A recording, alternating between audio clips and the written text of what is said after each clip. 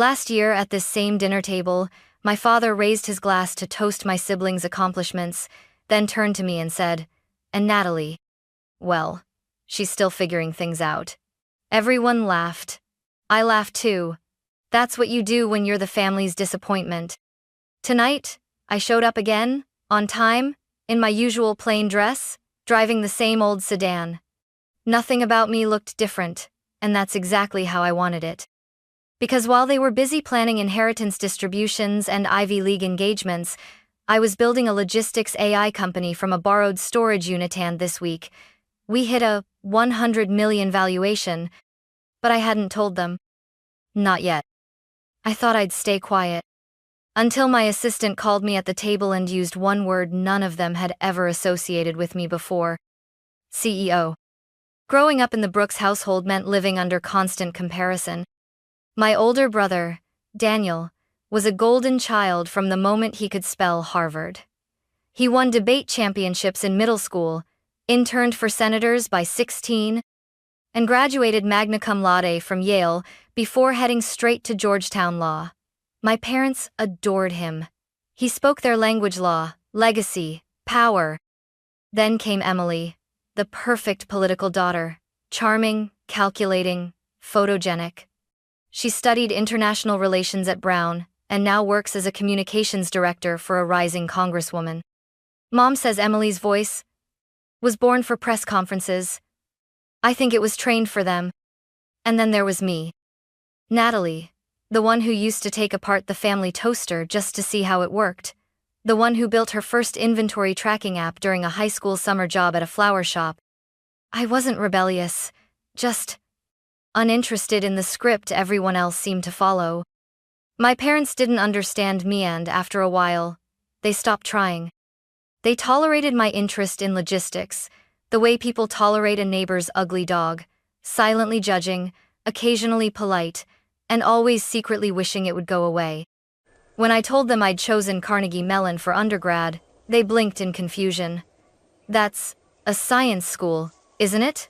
my mother asked, as if I'd announced I was going to circus camp.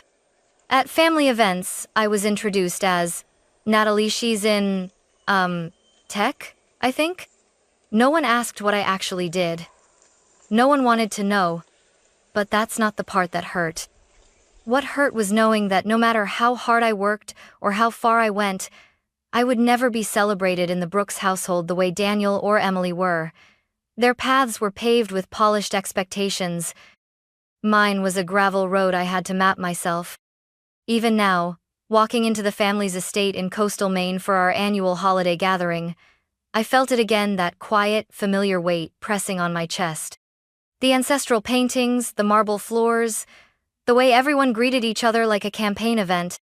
The Brooks name meant something here. It opened doors. It got you invited to galas, to boardrooms, to legacy law firms. But for me, it had always meant one thing. You don't belong. I didn't come tonight to belong. I came because I wanted to see how they'd react, not to what I said, but to what they never saw coming. And maybe, just maybe, I came for that girl inside me who once believed she'd have to earn their love with a perfect resume. She's gone now. But I thought she deserved to witness what happens when the family underdog builds her own throne. The first time I truly understood how alone I was in this family wasn't at a dinner table. It was at my MIT graduation. I stood in a sea of black caps and smiling families, clutching a diploma I'd fought like hell to earn, double major in systems engineering and applied analytics, 4 GPA, published thesis on predictive logistics modeling. My name was called, the auditorium clapped, and when I looked up to the balcony where families were waving and cheering, my row was empty. Daniel had an overseas political summit. Emily was helping with a Senate fundraiser. My parents? They were in Martha's Vineyard for a gala hosted by one of Dad's old law partners. "We're so proud of you, sweetheart," Mom had texted that morning, followed by a photo of her dress. It's funny, people talk about defining moments as loud, dramatic things, but that moment wasn't loud. It was silent. It didn't break me, but it shifted something permanently. It taught me not to wait for their applause. After graduation, I landed a job at a mid-sized distribution tech firm in Ohio. It wasn't glamorous, but it taught me more than any textbook. I watched warehouses fall apart because no one understood how to route delivery trucks during snowstorms. I watched hospital equipment arrive 2 days late because a GPS system didn't account for construction delays. I started keeping a notebook, ideas, frustrations, algorithms I wanted to try. No one in my family ever asked what I was working on. At Thanksgiving, Dad asked if I'd figured out what I wanted to be yet. Emily suggested I consider public policy. You'd be great at logistics, for political campaigns. I laughed and said I preferred real-world chaos over political theater. They laughed too, but not in a good way. By then, I'd already written the first lines of code for a prototype I was calling Swift Routea machine learning system, designed to predict last-mile delivery disruptions based on real-time data inputs like weather, local traffic, and historical route inefficiencies. It wasn't flashy, but it was smart, and it worked. At night, I coded. On weekends, I tested it by volunteering with a local food bank's delivery program, optimizing their drop-off routes so meals reached seniors on time. No one paid me for it, but something inside me clicked. I wasn't chasing prestige. I was solving something real. And for the first time, I didn't feel like the Brooks disappointment. I felt necessary. That was the beginning of the idea, of the separation, of building a life that might never be seen by my family, but would someday be undeniable. Because if I couldn't inherit the Brooks legacy, I would build a new one. One delivery, one line of code, one quiet step at a time. I kept going to the family gatherings. Not because I wanted to, but because some stubborn part of me still believed, maybe just maybe this time would be different. It never was. Every Christmas, we returned to the same colonial estate in coastal Maine.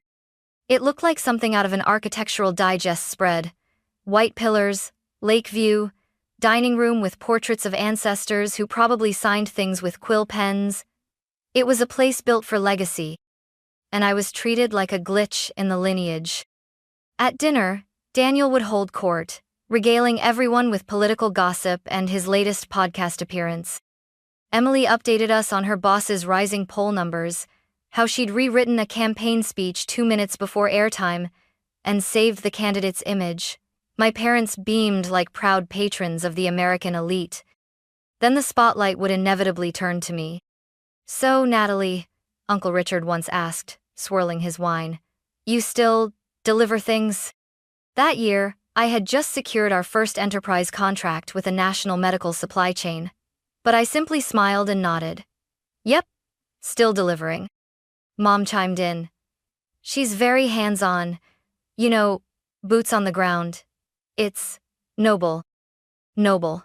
As if I'd joined the Peace Corps instead of co-developing a routing engine that reduced delivery failures by 32%. I didn't correct them. Not anymore. What was the point?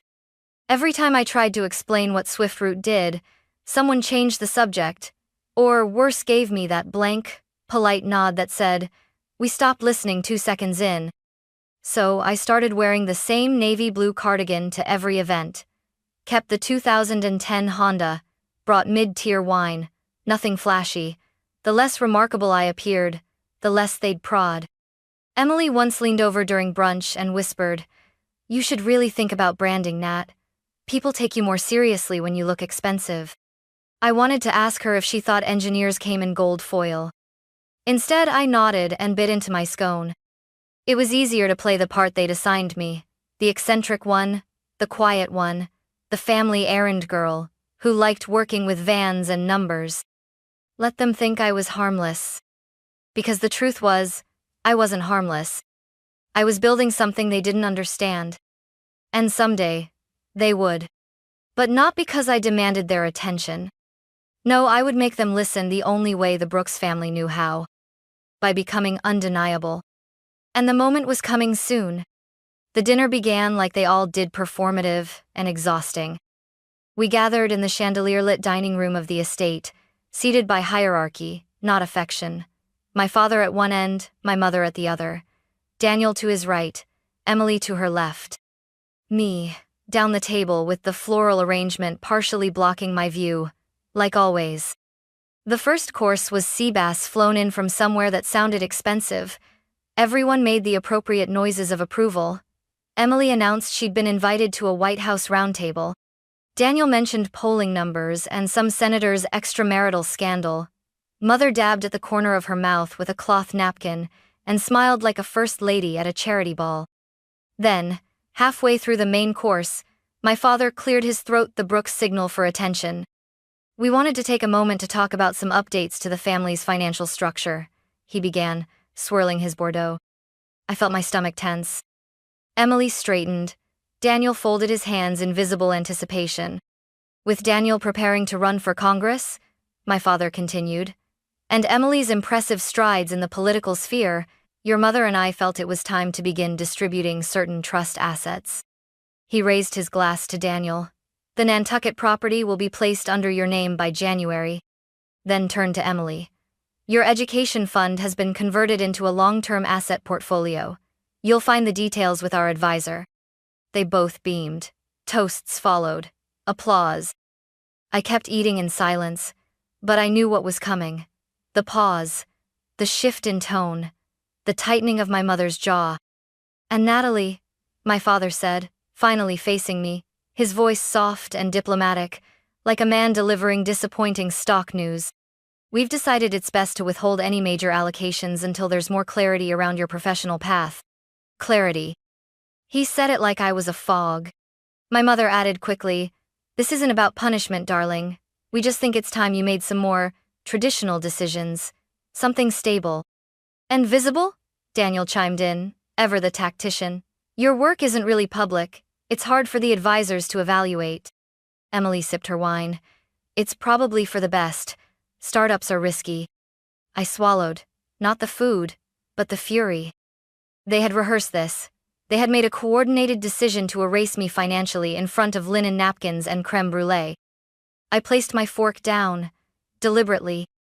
Just so I understand, I said calmly. You're cutting me off from the trust because I haven't followed the family template? Not cutting off, my mother replied, twisting her wedding band. Just pausing things. No vacation property, no family fund stake, no access to resources, I listed. But not cutting off? Silence. The room held its breath, waiting for me to break. I didn't. Instead, I smiled. Understood. Then my phone began to buzz in my lap. And everything changed. The phone buzzed again, harder this time twice, then 3 times in quick succession. That wasn't normal. I glanced down. Alicia Thompson. Work. My COO. My right hand. My emergency-only contact during family events. I stood slowly. Excuse me for a moment, I said, rising from my seat with practiced politeness. My father exhaled, annoyed by the breach of dining etiquette. Really, Natalie? But I was already stepping toward the doorway, phone pressed to my ear. Alicia? I whispered. Her voice came through crisp and loud enough for the room to hear every word. Natalie, SoftBank, just confirmed. 40 million. The wire is in. The valuation's official. 100 million pre-IPO. Silence exploded behind me. I turned halfway, still holding the phone. Wait, Alicia continued, unaware she now had a live audience. Goldman wants to finalize the Series B press release tonight. Also, your Forbes interview for the top 30 under 30 founders is locked for Monday. And, she paused, the Tokyo team's asking if you're ready to expand into Asia next quarter. Every chair creaked as my family sat frozen. I nodded, eyes steady on the chandelier. That's fantastic news. Let's schedule a team call in the morning. Tell Goldman I'll send over my final notes tonight. Got it, CEO, Alicia said cheerfully. Talk soon. I ended the call and turned back to the room. My father's glass hovered midair, wine forgotten. My mother's fork had stopped halfway to her mouth. Daniel blinked, trying to process. Emily had the expression of someone watching a car accident in slow motion. I walked calmly back to my seat. The quiet was a living thing. Then Aunt Claire, bless her, the only one in the family with a spine, and a soul broke the silence with a laugh that rang like glass. "Well," she said, raising her champagne flute, "I think that deserves a real toast." I met her eyes. She winked. My mother recovered first. "Natalie," she said, voice breathy, sugar slick, "darling, why didn't you tell us?" My father leaned forward. "SoftBank? As in, SoftBank? And Goldman's involved?" Emily blinked rapidly. "You're a CEO?" I didn't answer right away. Instead, I took a long sip of wine, let it linger. Then I smiled. "I thought you said startups were risky." No one laughed this time. For a moment, no one said a word. Then, as if on cue, they all tried to talk at once. My father leaned forward, his tone shifting from dismissive to suddenly attentive. "Natalie, we should have had this conversation earlier. If you'd told us your company was doing so well, we could have coordinated a family investment, perhaps even helped you scale faster." "Help me scale." The man who just 20 minutes ago cut me off from the family trust now wanted in. Daniel jumped in. "Goldman Sachs, that's real. That gives you weight. We could position this as a Brooks Family Innovation Initiative. I have donors who'd love a tech-forward story to attach to." Emily wasn't far behind. "We're organizing a healthcare reform panel next month. Brian, me boss, would love to feature you. We could brand your work as part of the campaign's forward-looking agenda. It's perfect. Perfect. For them. Not for me." My mother, always the strategist, placed a hand lightly over mine. "Sweetheart, I know we've been cautious, but you have to understand we were worried about you. Startups fail. We didn't want you to get hurt." I looked at her hand. Perfect nails. Wedding ring gleaming. The same hand that helped sign me out of the family trust hours earlier. I slid mine away gently. "You were worried," I repeated. "That's funny, because no one's asked how I'm doing in years. You weren't worried about me. You were embarrassed by me." Their faces tightened. I didn't raise my voice. I didn't have to. "You've spent a decade minimizing everything I do. You laughed when I said I was building software. You called it a hobby. You told people I was between jobs even when I was leading a logistics transformation pilot across 10 states. Daniel cleared his throat. "Come on, Nat. You know we were just teasing." "No," I said calmly. "You were diminishing me, because it made you feel more comfortable." They shifted in their chairs. "And now that you know there's money involved suddenly, I'm not embarrassing anymore. Now I'm a strategic asset." Emily looked genuinely hurt. "That's not fair. We've always believed in you." "Really?" I raised an eyebrow. "Name my company." Silence. I gave them a moment. No one spoke. "It's Swift Route," I said. "We optimize last-mile delivery for medical supply chains using AI predictive modeling. We currently operate in 27 states, with 213 distribution partners and a 96% fulfillment success rate." My father blinked. "That's impressive." "Yes," I said, "it is." He straightened, slipping back into boardroom mode. "Well then, we should revisit your position in the trust. Clearly the situation has evolved." "No," I replied, voice sharp as a scalpel. "Nothing's evolved in the last 20 minutes except your perception of me." "You're overreacting," my mother said softly. "No, I'm responding. There's a difference." Daniel opened his mouth again, but I held up a hand. "Let me be clear. I'm not looking for a family stake, or board seats, or political co-branding. Swift Route is fully funded. Our board is full. Our investors believe in our vision because they saw it before it was valuable." Emily's lips tightened. "So what now, we're not part of your success story?" I looked at her, then at the table. At the crystal, the silverware, the people who had never once made room for me until the room was full of money.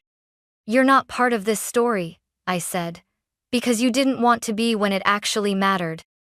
Then I stood. "I have a team call in the morning. Real stakeholders, real believers. So if you'll excuse me." "Wait," my father said, rising halfway from his chair. "We should talk this through." "We did," I said, walking toward the door. "Over Seabase and betrayal."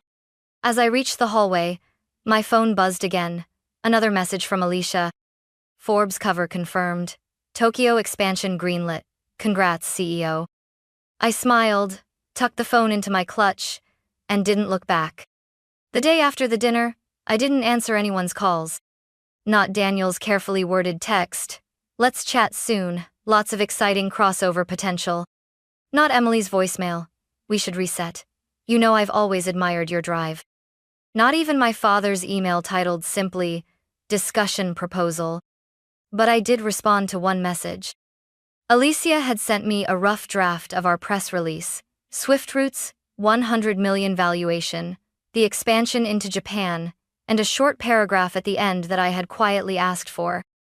We're proud to announce the launch of the Brooks Foundation, a $5 million initiative supporting young women in supply chain tech, especially those from underrepresented communities. That was the only time the Brooks name would appear in the press release, and this time, it was on my terms. I chose the name not to honor my family, but to reclaim it. For years, Brooks had been a name that excluded me from trust funds, family investments, and dinner table conversations. Now it would open doors for girls like me, girls who didn't look the part, didn't talk the part, but saw systems and patterns and believed they could fix things. We held the announcement event at our Boston headquarters. No grand ballroom, no political guests. Just the SwiftRoot team, a few local educators, and a group of high school girls from underserved schools who had been invited to tour our logistics floor.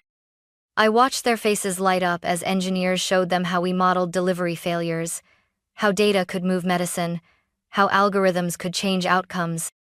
That night, after the event, I got a text from my mother. We read about your foundation. That's extraordinary, Natalie. Would you consider letting the family host a fundraiser for it at the Vineyard House? I stared at the screen for a long time. It was the first time she had called my work extraordinary. But still host a fundraiser? At the house they excluded me from? I didn't respond. Instead, I took a cab to a small flower shop on the edge of Cambridge. The owner, Mrs. Reed, still remembered May, her former summer intern who once redesigned her inventory system in exchange for day-old muffins. She was the first person to believe I wasn't just good with computers, but someone who could fix real-world problems. I handed her an envelope with instructions and a business card. The next day, a bouquet of white lilies was delivered to the Brooks estate, addressed to my mother. The card read, "Thank you for your offer. The foundation already has a venue or warehouse. The one where I built everything you once called a phase. Warmly, Natalie." A month after the foundation launch, I was invited to speak at a public high school in Baltimorean all-girls STEM academy, tucked between auto shops and boarded-up warehouses. They didn't roll out a red carpet, no camera crews, just a folding chair, a modest auditorium, and 50 girls with notebooks and sharp eyes. I told them about SwiftRoot, about the years I coded in a garage while delivering pizza to pay for server space. I told them about logistics failures that delayed insulin shipments, and how fixing those failures meant saving real lives.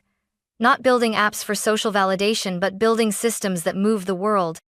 Afterward, during the Q&A, a girl in the second row raised her hand. She couldn't have been older than 15. She had braids, chipped nail polish, and a determined stare that reminded me too much of my younger self. "My parents think logistics is for truck drivers," she said. "They want me to be a doctor, or a lawyer, something serious. Did your family support you?" I hesitated. The truth hung like dust in the stage light. "No," I said finally. "They didn't. Not at first, not when it mattered." She looked down, like I'd confirmed her worst fear. But I continued. "What I learned is, sometimes the people closest to us can't see us, not because we're invisible, but because they only recognize reflections of themselves." The auditorium went still. "You don't have to fight them," I added. "You just have to build something they can't deny, something so real, so yours, that their understanding becomes irrelevant." She nodded, slowly, and I knew she got it. Afterward, a teacher gave me a gift, a mug that read, shipping confidence since 2023. I laughed harder than I had in weeks. That night, back in my loft, I stood by the window and looked out over Boston Harbor. My phone buzzed again. A missed call from Daniel. A voicemail from my mother. We were thinking about a holiday gathering. Would love to see you. No pressure, of course. Emily had texted, Brian's campaign would still love your support, even just a quote for our healthcare platform. I didn't reply. Instead, I opened an envelope on my kitchen counter. Inside were hand-drawn thank you cards from the students in Baltimore. One simply said, "Thank you for proving that a girl like me can run the whole system." I tucked it into my desk drawer, right next to the trust fund letter that said I was being excluded. One piece of paper erased me. The other reminded me that I exist in ways that matter far more. A few days later, I hosted a quiet dinner for my team at the warehouse office where it all began. No press, no gala, just the people who believed from the start. As everyone left, Alicia handed me one last delivery. A bouquet of peonies. No card. Just a look between us, and understanding. I placed them by the window, next to a photo of that warehouse in its earliest days. Concrete floor, cardboard desks, no heat, no furniture. Just vision. That's what I built. Not a company. A legacy. Mine.